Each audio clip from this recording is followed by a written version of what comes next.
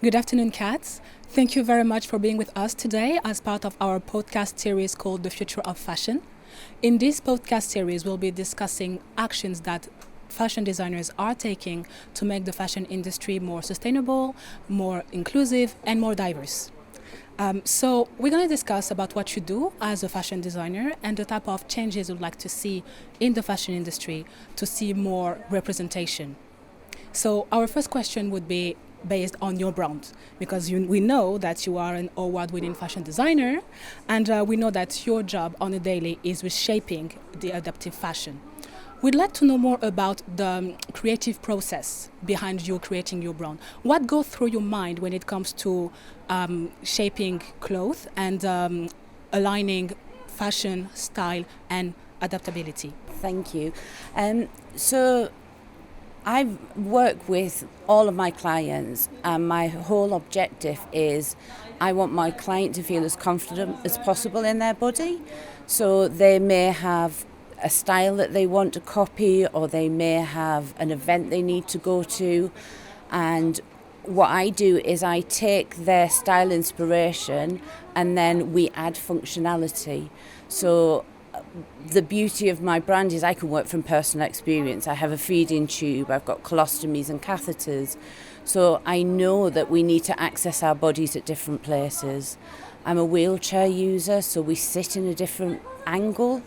So very much I'm looking at functionality and comfort first, and then we go for fashion and style after that. Interesting. Thank you very much for this insight. Our second question will be based on what the fashion industry is doing at the moment. We know that designers are taking more steps towards adaptability, but we also know that we have a long way to go. So the question is, what challenges did you run as a fashion designer when you tried to create your own brands?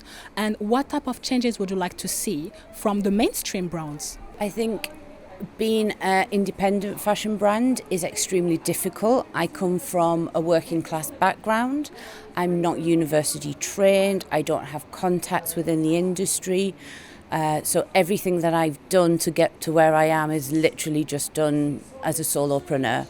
I'm an advocate, and the clients that I work with are advocates, so that is how I get my brand known.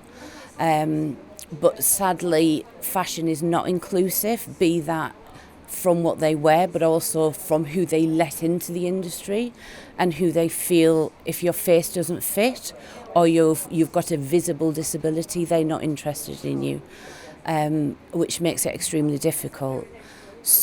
But that doesn't mean it's not possible.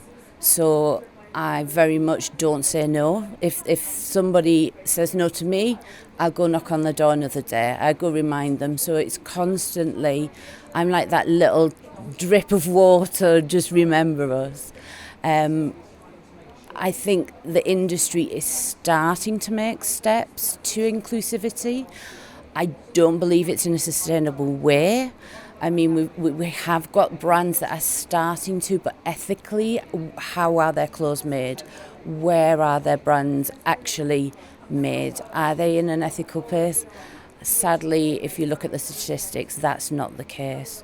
So fortunately, at the moment, I'm small enough to be able to use dead stock fabrics. I work with local suppliers. I've got people that will make cloth for me.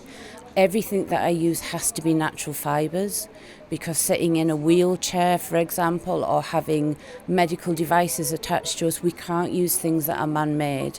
So fabrics that are polyesters, they react badly with our bodies. So we've got to look for a more sustainable, natural way of dressing ourselves.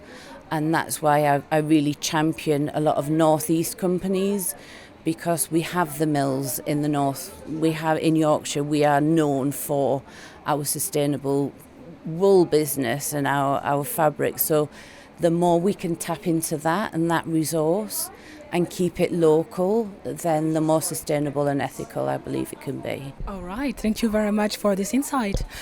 Before we conclude this podcast, you mentioned that you started from nothing, that you didn't have any connection, and we know that it can be very difficult to build a brand based on very humble backgrounds. So, based on what you went through, what you experienced, which made you who you are today, what advice do you have for a fashion designer watching this series, wanting to create their own adaptive brands and need advice to know what steps they need to take to be as successful as you are today? So, a couple of pieces of advice. First of all, just go for it. Because if you don't start, nothing will ever come from it.